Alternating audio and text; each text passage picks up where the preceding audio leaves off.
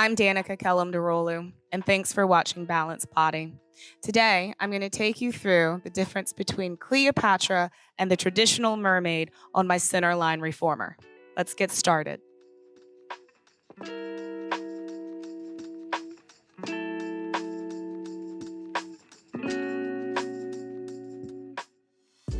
The traditional mermaid on the reformer is a very different exercise than a Cleopatra, which focuses more on thoracic mobility.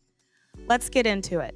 I'm on my balanced body centerline on one green spring. You could go a little bit lighter with a red, but I wouldn't go much lighter than that. Now the Cleopatra, you come into what I like to call a Z-sit, and you're gonna have that back shin against the blocks as best as you can. This is a much more forgiving position for the hips and the knees. If this is still uncomfortable, you could go to something of a crisscross applesauce or even soles of the feet together in a prayer foot. But the Z-sit sets you up for the traditional version of mermaid that I'm going to show you in a moment. So you're going to place one hand onto the bar. And if you're very tall, your elbow is going to start more bent with your longer arm, which is fine. Press yourself out and then lift the opposite side, stretching it tall to the sky as you give an easy press into the bar and side bend down towards the spring well. And then let the hip drop down in opposition to help let the carriage pull back closed. Lift the arm, and if you like, take an oppositional stretch to the other side. Watch out for the knee because this is giving you a little bit of torque. So if it bothers you, let it go.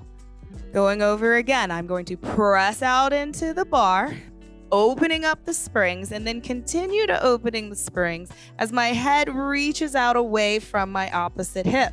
Now I can add a little bit of reach through the waist to elongate the bottom side, which makes you see how now I've got that top lateral line.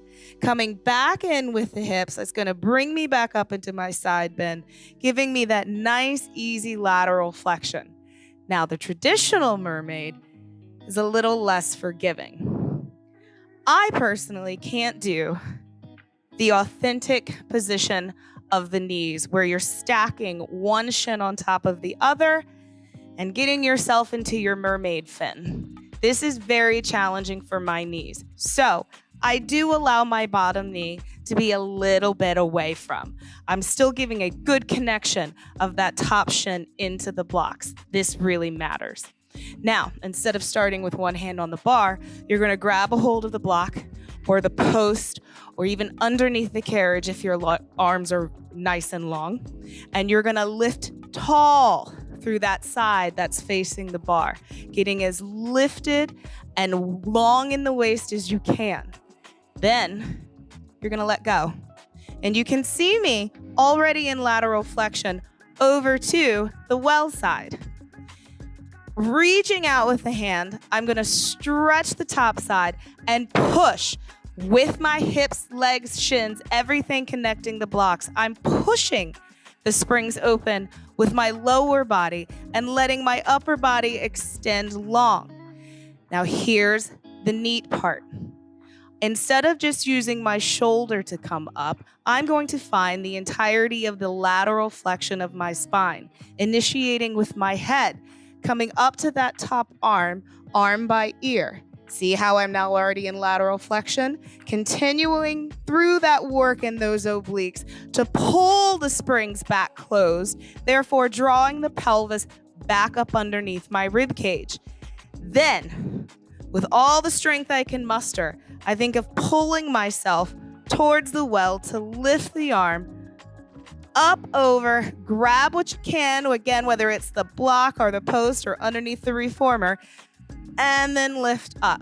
Hand comes back to the bar, but you can see I'm a little bit a ways. So I'm going to push out into the blocks to actually push me towards the bar.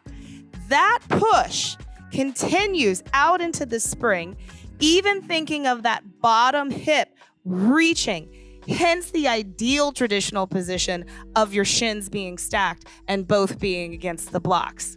Again, to each his own.